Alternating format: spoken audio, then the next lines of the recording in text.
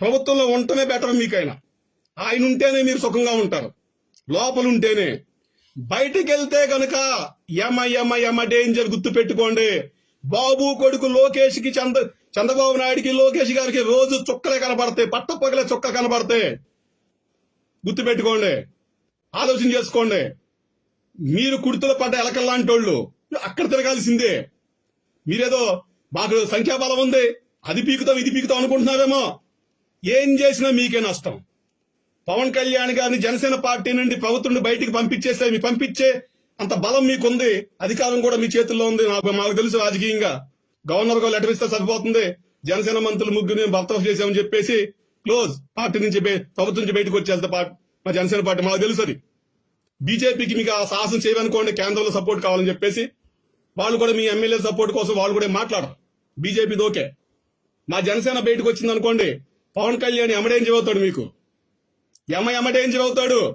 మన తిరుపతి దర్శనం టిక్కెట్ల దగ్గర 4 చనిపోయారు కదా, అప్పుడు కేవలం టీటీడీ చైర్మన్ TV5 ఓనరు ఆయన్ని క్షమాపణ చెప్పమన్నాడు. అదే ప్రభుత్వంలో లేకపోతే రాజీనామా చేయాలని చెప్పేసి ఓటు మీద కూర్చునేవాడు. ఒక పక్క భక్తులు లక్షల్లో, ఓ పక్క పవన్ కళ్యాణ్ గారి వెనకాల లక్షల్లో జన సైనికులు, తిరుపతి మొత్తం బ్లాక్ అయిపోయేది. అర్థమవుతుంది కదా. ఆయన అధికారంలో ఉన్నాడు, భాగస్వామిగా ఉన్నాడు కాబట్టి ఆ రోజు క్షమాపణతో వదిలేశాడు. అధికారంలో లేకపోతే తిరుపతి మొత్తం బ్లాక్ అయిపోయేది. సచ్చినట్టుగా రాజీనామా చేయాల్సి వచ్చేది, లేకపోతే పొగులు దండాలు పెట్టుకుని క్షమాపణ చెప్పాల్సి వచ్చేది. ఇలా టీవీ ఛానల్లో కూర్చుని ఎక్స్ట్రా డైలాగులు ఉండే కాదు. మా పార్టీ స్టాండ్ చెప్తాం. లోకేష్ వచ్చి క్షమాపణ చెప్పాలో వద్దు, అది మా పార్టీ స్టాండ్ కాదు. ఆయన వచ్చి ఎవరో చెప్తే నేను ఎందుకు ప్రమాణ ఇది క్షమాపణ చెప్పాలని చెప్పేసి TV5 ఓనర్ అనడం ఇవి ఉండే కాదు. ఆ రోజే బొమ్మ బొలిసి తేలిపోయేది, కింద పైన అయిపోయేది. అర్థమవుతుంది కదా. పవన్ కళ్యాణ్ గారు జనసేన పార్టీ అధినేత హోదాలో ఎక్కడికైనా వెళ్తారు. రాష్ట్రంలో ఏం జరిగినా ఆయన డిప్యూటీ సీఎం, ఉప ముఖ్యమంత్రి, అలాగే మంత్రి అని పక్కన పెడితే జనసేన పార్టీ అధినేత హోదాలో ఆయన వెళ్తారు. గుర్తుపెట్టుకోండి. ప్రభుత్వంలో ఉంటే బ్యాలెన్స్ గా మాట్లాడతారు, ప్రభుత్వం బయట ఉంటే గనక అరాచకం ఊహచకోత. గుర్తుపెట్టుకోండి. ఇంకోటి కూడా ఉంది. ఆయన కేంద్రానికి వెళ్ళి ఆయన పట్టణాభివృద్ధి శాఖ లాంటి ఏదైనా ఒక మంచి శాఖ పట్టుకుని రాష్ట్రాన్ని నిధులు తీసుకొచ్చి అమరావతిలోనో కొన్ని మున్సిపాలిటీలోనూ ఎక్కడైనా డెవలప్మెంట్ చేశాడు అనుకోండి, మీ బాబు కొడుకులకి రోజు రక్త కన్నీరే. మీరు నెల రోజుల పాటు డప్పు కొట్టుకుని ఇలా డప్పు కొట్టుకుని ఆ కంపెనీ వచ్చిందో ఈ కంపెనీ వచ్చిందో, ఇది పీకామో అది పీకామో, మాకు వచ్చింత బాగా పెరిగిపోయిందో, మా ఇమేజ్ ఎంత పెరిగిపోయిందో అని మీరు ఆ బూతి కిట్టిగాడు, ఆ టీవీ నేను సామిగాడు, ఈ TV5 నాయుడు గాడు ఇలా ఎంత కొట్టినా పవన్ కళ్యాణ్ వస్తాడు. ఒకరోజు అమరావతిలో అడుగు పెడతాడు సింహంలాగా. జడ్ కేటగిరీ CRPF బలగాలు పార్లమెంట్ వచ్చింది, స్టేట్ పోలీస్ అక్కర్లా, కేంద్ర మంత్రికి మొత్తం వాళ్ళు వస్తారు. ఒకరోజు దిగుతాడు ఎయిర్పోర్ట్ లో, చక్కగా ఒక రోజు ఉంటాడు. నెల రోజుల పాటు మొత్తం మీ సమొత్తాన్ని బూడిదపాలు చేసేస్తాడు. ఆయన కేంద్రానికి వెళ్ళకుండా చూసుకోండి. మీ బాబు కొడుకులు పవన్ కళ్యాణ్ గారు కేంద్రానికి వెళ్ళకుండా చూసుకోండి. ముందది చూసుకోండి. ఆయన బాగా చూసుకోండి. ఆయన పవన్ కళ్యాణ్ గారు ఎలా ఉంటారంటే, ఒక తెలుగుదేశం పార్టీ నాయకుడే చెప్పాడు, పవన్ కళ్యాణ్ గారు నార చుట్టిన నాటు బాంబు లాంటి వ్యక్తి అని చెప్పేసి మీ పార్టీ అనలిస్ట్ ఒకరు చెప్పారు. మరి నార చుట్టిన నాటు బాంబుని ఎలా హ్యాండిల్ చేయాలి? చాలా సున్నితంగా ఏదో ఒక బ్యాగ్ లో పెట్టి చుట్టూ దూది పెట్టుకుని గడ్డి పెట్టి సున్నితంగా దాన్ని మోసుకెళ్ళాలి. ఇలా ఆడుకుంటే ఏమవుతుంది? సస్తారు, బ్లాస్ట్ అయిపోద్ది. అదే పవన్ కళ్యాణ్ గారిని జాగ్రత్తగా హ్యాండిల్ చేయండి. ఇలా గుంటనక్క రాజకీయాలు, మీ కుటిల రాజకీయాలు, నీచ రాజకీయాలు, ఆయనకి ఏదో పేరు వచ్చేస్తుంది కాబట్టి డిప్యూటీ సీఎం గా లోకేష్ పక్కన కూర్చోబెడదాం, పవన్ కళ్యాణ్ గారు అవసరం లేకుండా లోకేష్ అన్నిటి తీసుకెళ్లిపోదాం అనుకుంటున్నారేమో. అది జరగదు. వెళ్ళండి ఢిల్లీ అమిత్ షా దగ్గరికి వెళ్ళండి. బాబు కొడుకులు ఢిల్లీ అమిత్ షా దగ్గరికి వెళ్ళారనుకోండి, ఆయన ఏమంటారు తెలుసా?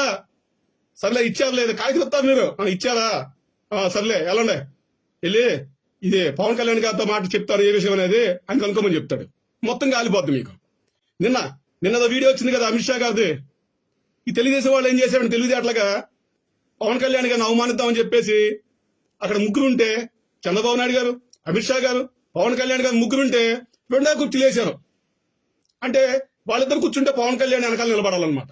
అంటే వీళ్ళేం చెప్పాలనుకున్నారు? లోకేష్ బ్యాచ్ లోకేష్ టీం ఏమైతే ఉందో ఆయన టీము ఏం చెప్పాలనుకున్నారు? ఒరే పవన్ కళ్యాణ్ నీ స్థానం అదిరా, నువ్వు వెనకాల నిలబడాలి, పక్కన కూర్చోకూడదు అని చెప్పాలనుకున్నారు. ఏం చెప్పాలనుకున్నారు? ఒరే పవన్ కళ్యాణ్ నీ స్థానం అది, నువ్వు నిలబడాలి వెనకాల. అమిత్ షా చంద్రబాబు నాయుడు గారు వెనకాల నిలబడాలి, నువ్వు పక్కన కూర్చోకూడదురా, నీ స్థానం అది కాదు అని చెప్పి చెప్పాలని 2 కుర్చీలు వేశారు. 2 కుర్చీలు వేస్తే అమిత్ షా గారు 3 ఎక్స్ట్రా కుర్చీ తెప్పించారు. ఆ మొదటేసిన 2 కుర్చీల్లో పవన్ కళ్యాణ్ గారు అమిత్ షా గారు కూర్చుంటే ఎక్స్ట్రా కుర్చీలో చంద్రబాబు కూర్చున్నాడు. ఇంతకన్నా అవమానం ఉందంట మీకు? ఇంతకన్నా అవమానం ఉందంట మీకు? చిచ్చి చిచ్చి చిచ్చి చిచ్చి చిచ్చి చిచ్చి చిచ్చి మీరు పవన్ కళ్యాణ్ అవమానం చేద్దామని చెప్పేసి 2 కుర్చీలు వేపిస్తే తీసుకొచ్చిన 3వ కుర్చీ అమిత్ షా గారు తెమ్మన్న 3వ కుర్చీలో పవన్ కళ్యాణ్ గారు కూర్చోాలా, చంద్రబాబు నాయుడు కూర్చున్నాడు. ఎంత అవమానం ఇది, ఎంత అవమానం చంద్రబాబు నాయుడు గారికి. ఎదో పనులు చేయమాకండి. చంద్రబాబు నాయుడు గారు పెద్ద అయిన వయసు, ఆ వయసులో ఆయనకి ఇటువంటి పెట్టమాకండి మీరు. ఆయనకి తెలియదు ఇటువంటి అన్ని చిన్న చిన్న వ్యవహారాలు. వివిధ పీకేద్దాం పొడిచేద్దాం అనుకుంటే ఇదే జరిగేది. ఇదే కాదు, ఇంత ముందు కూడా పొత్తు కుదరక ముందు కూడా చంద్రబాబు నాయుడు ఢిల్లీ వెళ్ళి ల్యాప్టాప్ పెట్టాడు అమిత్ షా గారి ముందు. ప్రజెంటేషన్ మాకు ఎంత పర్సంటేజ్ ఓటింగ్ ఉంది, మీకు ఎంత పర్సంటేజ్ ఉంది అయిదని చెప్పేసి ఆయన సింపుల్ గా ల్యాప్టాప్ మూసి వెళ్ళిపోయా, నువ్వు ఏమనుంటే మేము పవన్ కళ్యాణ్తో మాట్లాడుకుందాం చెప్పేసి అంట. అప్పుడు కూడా అంటే మొదటి నుంచి కూడా వీళ్ళు బీజేపీతో పొత్తు కూడా పవన్ కళ్యాణ్ సైడ్ చేసి మనం బీజేపీని లాక్కుందామని ప్రయత్నాలు చేశారు మహానుభావులు. అక్కడ కూడా బీజేపీ వాళ్ళు పక్కకి ఆడుకోవా అని ఏంటా అని పంపించమని చెప్పారు. కేంద్రంలో బీజేపీ ఉన్నంత వరకు ఆంధ్రప్రదేశ్ రాష్ట్ర రాజకీయాల్లో పవన్ కళ్యాణ్ బాహుబలి లాంటి వ్యక్తి. ఆయన డిప్యూటీ సీఎం గా ఉన్న, ప్రభుత్వం ప్రతిపక్షంలో కూర్చున్నా ఆయన స్థానం ఎక్కడికి వెళ్ళదు. ఆయన ప్రభుత్వంలో ఉంటేనే బాబు కొడుకులు లోకేష్ కి, చంద్రబాబు నాయుడు గారికి మనశ్శాంతి ఉంటుంది, సుఖం ఉంటుంది, ప్రశాంతి నిద్ర పట్టిద్ది. బయటకు వచ్చాడా తప్పటి తాండవే ఒక్కొక్కడికి. బయటకు వచ్చాడా మీ పని అయిపోయినట్టే. గుర్తుపెట్టుకోండి. నేను సీరియస్ గా నాకు నవ్వు ఆగడం లేదు. బయటకు వస్తే మీ పని అయిపోయినట్టే, గుర్తుపెట్టుకోండి. ఆయన ప్రభుత్వంలో ఉంచుకోండి, ఆయన్ని జాగ్రత్తగా చూసుకోండి.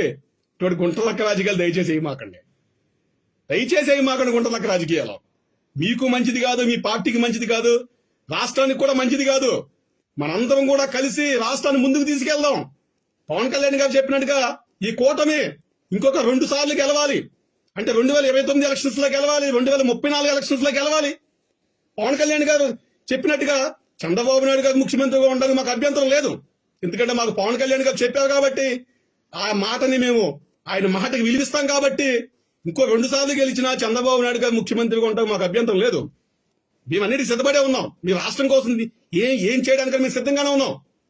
పాడు చేసుకోమాకండి, తిన్న కంచంలో ఊసుకోమాకండి. గుర్తుపెట్టుకోండి, తిన్న కంచంలో ఊసుకుంటే అన్నం దొరకదు, పుట్టగతులు ఉండవు. అటువంటి పనులు చేయమాకండి. ఎక్స్ట్రాలు ఓవర్ యాక్షన్లు వద్దు. 2019 ఎలక్షన్ లో చూసాం మనం. తెలుగుదేశం పార్టీ ఇప్పుడు అందరూ ఏమంటున్నారంటే లోకేష్ ఎక్స్పోజ్ కావట్లేదు అంటున్నారు కదా. 2019 ఎలక్షన్ మొత్తం జరిగింది లోకేష్ చేసింది. టిక్కెట్ల దగ్గర నుండి ఎలక్షన్ ఈవింగ్ దగ్గర వరకు మొత్తం జరిగింది లోకేష్. చంద్రబాబు డమ్మి. 2019 ఎలక్షన్ లో చంద్రబాబు పూర్తిగా డమ్మి. పక్కన కూర్చోబెట్టి లోకేష్ మొత్తం కదడిపోయాడు. అందుకే 1 సీట్లు వచ్చినాయి. ముద్రగడ ఎపిసోడ్ మొత్తం రన్ చేసింది లోకేషే.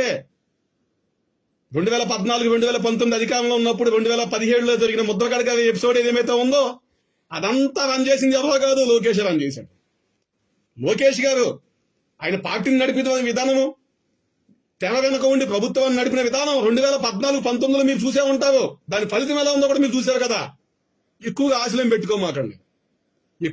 పెట్టుకోకండి. కొంచెం అటైనా కొంచెం ఇటైనా ఏదైనా చంద్రబాబు నాయుడు గారు కొంచెం పట్టు విడుపులు అటు ఇటు. సరే, రాజకీయ నాయకుడు రాజకీయం చేయకుండా ఏం చేస్తారు చెప్పండి? స్వచ్ఛంద సేవ చేయడు కదా. ఈ ఎత్తులు అన్ని పక్కన పెడితే చంద్రబాబు నాయుడు గారు నమ్ముకుంటే మీరు కనీసం ఎంతో గొప్ప, మీకు కొద్దో గొప్ప సీట్లు వస్తాయి, కొంచెం ఇది చెప్పుకోదగ్గ స్థానాలను వస్తాయి, పార్టీ అయినా బాగుంటుంది. లోకేష్ నమ్ముకుంటే మొత్తం మటాష్ మసి. 2019 లోకేష్ ఆధ్వర్యంలో మీరు ఏ ఎలక్షన్కి వెళ్ళినా 2019 నుంచి పెట్టగలుగుతారు. గుర్తుపెట్టుకోండి, రాదు. ఎలక్షన్ అంటే అది లోకేష్ వల్ల అయ్యేది కాదు. దానికి చాలా లెక్కలు ఉంటాయి. లోకేష్ అసలు అన్ఫిట్ పాలిటిక్స్ కి. చంద్రబాబుని నమ్ముకోండి. మా అధినేత కూడా అదే చెప్తున్నారు కదా, చంద్రబాబు నాయకత్వంలో పనిచేయడానికి మాకు అభ్యంతరం లేదు. We are ready to work with him.